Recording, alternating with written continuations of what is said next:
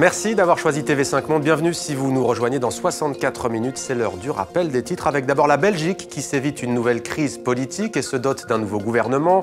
Majorité dominée 7 fois par la droite et confiée à Charles Michel, 38 ans, chef de file des libéraux francophones. La prestation de serment de ce nouveau cabinet et l'investiture du Premier ministre auront lieu au plus tard samedi. Les régions kurdes de Turquie s'embrasent. Les affrontements avec la police anti-émeute ont fait une vingtaine de morts depuis hier soir, notamment à Diyarbakir. Les Kurdes reprochent aux autorités d'Ankara de laisser faire les djihadistes à Kobané, de l'autre côté de la frontière, en Syrie. Plusieurs provinces sont placées sous couvre-feu et on l'apprend à l'instant. Pour la première fois, les États-Unis reconnaissent que les bombardements ne suffiront pas pour déloger les djihadistes du groupe État islamique en Irak et en Syrie. Et puis l'appel au secours de Bamako, le ministre malien des Affaires étrangères Abdoulaye Diop appelle l'ONU à déployer une force d'intervention rapide dans le nord du pays, et cela après une série d'attaques meurtrières des djihadistes contre les forces onusiennes de la MINUSMA. Nous sommes ensemble depuis un peu plus d'une heure. Voici l'essentiel de 64 minutes préparé par Pascal Bourgault et Jean-David Chessel. Le drapeau de l'État islamique flotte désormais sur une partie de Kobané.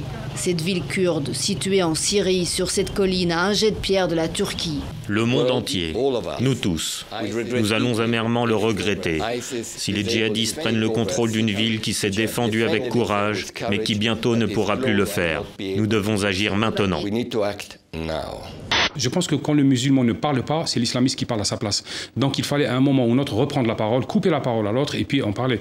Et je pense que nous avons aussi une responsabilité tout autant humaine que d'image, que médiatique. Il fallait se démarquer.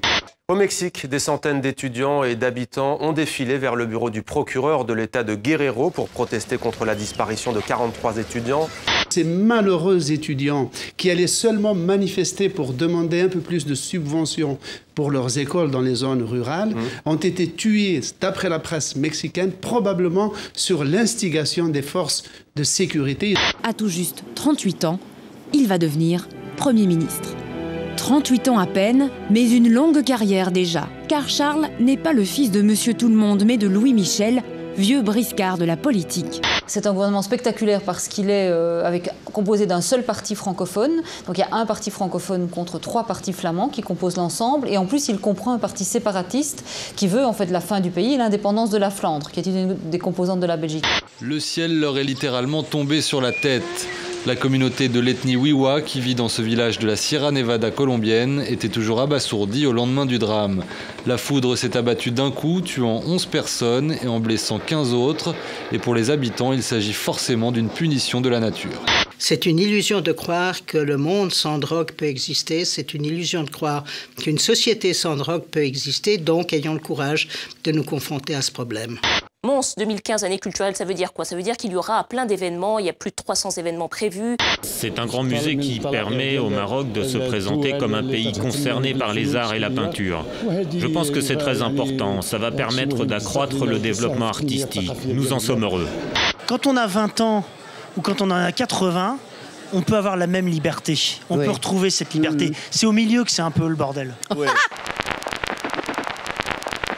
Et avant de nous quitter, une pensée pour tous les otages dans le monde, parmi eux les jeunes filles et les jeunes garçons enlevés au Nigeria, ainsi que le dernier ressortissant français détenu au Sahel, Serge Lazarevitch, 1049 jours. C'était 64 minutes, Le Monde en français. Merci à vous d'avoir suivi la grande édition d'information sur TV5 Monde. À demain, avec grand plaisir.